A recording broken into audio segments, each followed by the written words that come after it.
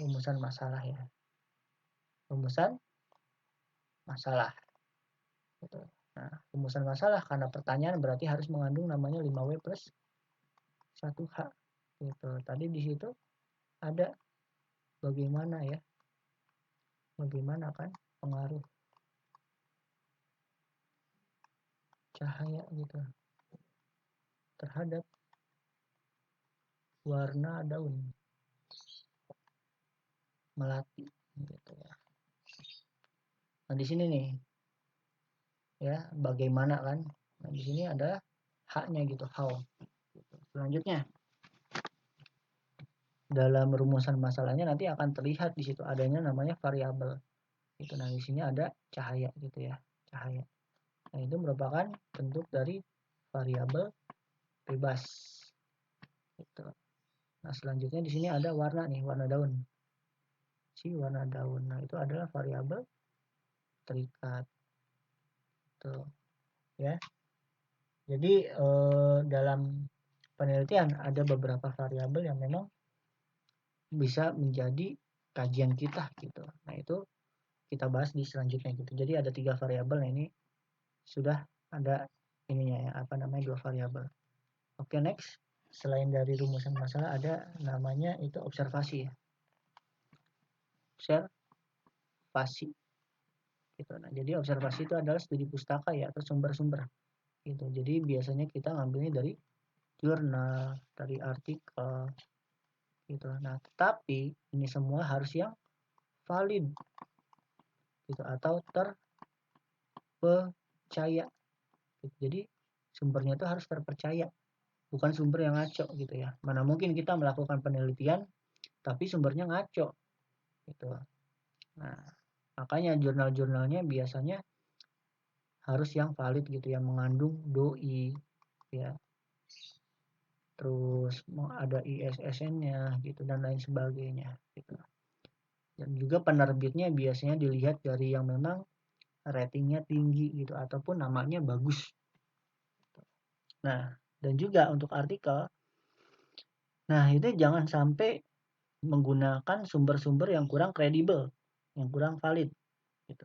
Nah, beberapa universitas tuh melarang ya, melarang kalau kita bikin makalah, kalau bikin jurnal itu dari Wikipedia, selanjutnya dari Blogspot. Nah, blogspot.com gitu. Nah, ini nih kedua sumber ini nih yang biasanya dilarang. Wikipedia kenapa? Semuanya bisa ngedit gitu ya. Pernah kan ngelihat ada artis namanya di Wikipedia terus diedit-edit gitu macam-macam. Itu sumbernya berasal dari ini, memiliki ini gitu. Jadi Wikipedia makanya sering dianggap kurang kredibel.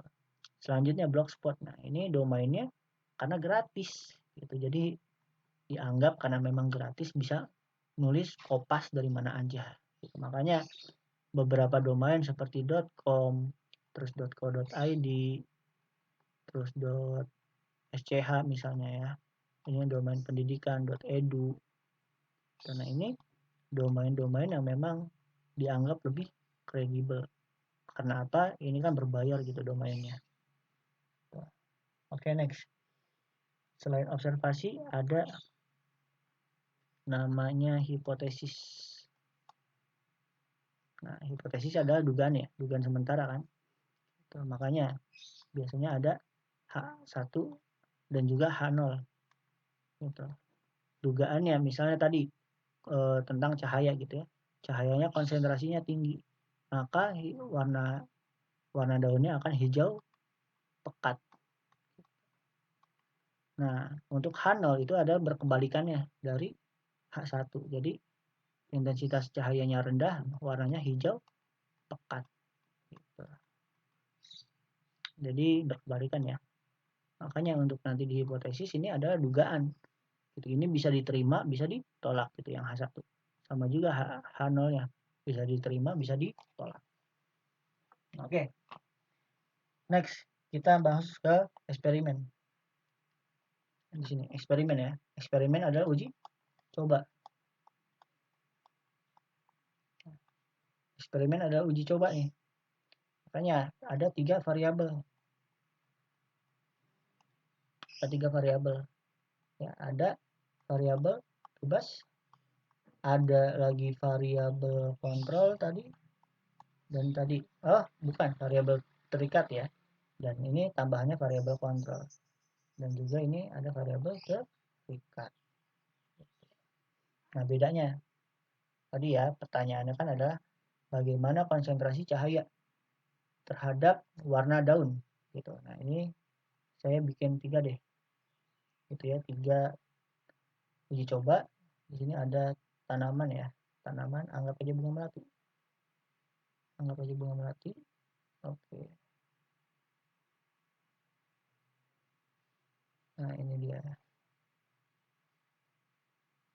tanaman melati misalnya, jadi kan pengaruh cahaya terhadap tanaman melati gitu. Nah jadi ini ada yang terang, di sini ada redup ya, misalnya menggunakan paranet, dan juga di sini gelap ya, gelap gitu. Jadi dimasukin ke dalam rumah yang misalnya di kolong kasur atau di dalam lemari gitu, jadi gelap gitu. Nah cahayanya ini ya, cahaya redup, gelap. Nah intensitas cahaya itu merupakan variabel bebas. Nah jadi variabel bebas itu hal yang kita buat beda, di sini kita buat beda. Nah selanjutnya variabel terikatnya. Nah variabel terikat itu adalah hal yang dipengaruhi nih, ini dipengaruhi oleh variabel bebas,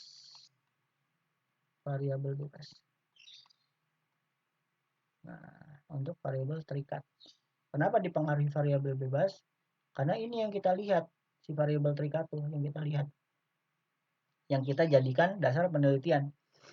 Warna hijau gitu kan, bukan warna hijau, warna daun gitu. Warna daunnya adalah variabel terikat gitu. Jadi warna daun tuh bisa warna hijau misalnya di cahaya yang intensitasnya tinggi, hijaunya pekat gitu.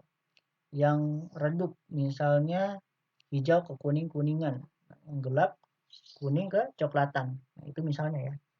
Gitu. Selanjutnya ini ada variabel kontrol. Nah variabel kontrol ada variabel yang kita buat sama gitu. Maksudnya kenapa sih harus dibuat sama? Nah jadi ini karena tanaman ya, berarti berhubungan salah satunya dengan air, terus tanah gitu. Jadi misalnya setiap hari disiram 100 ml ya, 100 ml per hari di waktu yang sama. Nah jadi harus sama nih, si terang itu harus 100 ml, si redup harus 100 ml, si gelap harus 100 ml. Selanjutnya jenis tanahnya jenis tanah sekam gitu ya, dengan komposisi yang sama. Nah ini harus sama semua gitu. Terus misal dikasih pupuk gitu, jumlahnya sama, mereknya harus sama juga gitu, pupuk dari merek X gitu. Yang dikasih pupuk misalnya 10 gram gitu, harus sama juga gitu, seminggu sekali dikasih pupuk. Nah itu harus sama ya gitu. Dan bahkan jenis bibitnya gitu, misalnya ada kita beli bibit gitu ya, beli bibit atau beli benih mereknya A gitu, harus semuanya harus A mereknya gitu. Fungsinya kenapa sih kontrol itu harus sama? Biar tidak ada kontaminasi dari penelitian kita, biar nggak ada racun. Maksudnya apa kalau ada racun? Jadi penelitian kita tidak terganggu gitu dengan hal-hal yang memang bisa merusak penelitian kita. Contoh di sini ada penelitian tentang daun ya kan, kita melihat warna daun. Ternyata di sini mana ada ulet gitu, ada ulet. Gitu. Ini kan harus disingkirkan. Ini harus nggak ada, ini harus nggak ada ulet. Itu kalau misalnya di sini karena di luar ya, di sini ada ulet, di sini nggak ada ulet, di sini nggak ada ulet. Itu kan nggak akan kelihatan. Daunnya udah habis duluan gitu dimakan ulet. Oke, next. Selanjutnya dari eksperimen itu ada kesimpulan. Nah, ini adalah hal yang membahagiakan biasanya dalam penelitian. Gitu. Bisa membahagiakan, bisa bikin pusing. Gitu. Maksudnya kenapa? Karena kita harus mengolah data. Gitu. Biasanya datanya tuh kalau penelitian yang mudah seperti tadi tentang warna hijau itu bentuknya tabel ya. Gitu. Ini terang, ini redup, ini gelap gitu. Bagaimana intensitas cahayanya, misalnya ini tinggi gitu, ini sedang, dan ini gelap, nggak ada gitu. Ini kesimpulannya, jadi data-data apapun diolah gitu. Terus keberadaan warna hijau gitu, ini hijau kuning, nah ini kuning coklat gitu, dan sebagainya gitu. Maka kesimpulannya itu disimpulkan hasilnya tuh, kesimpulannya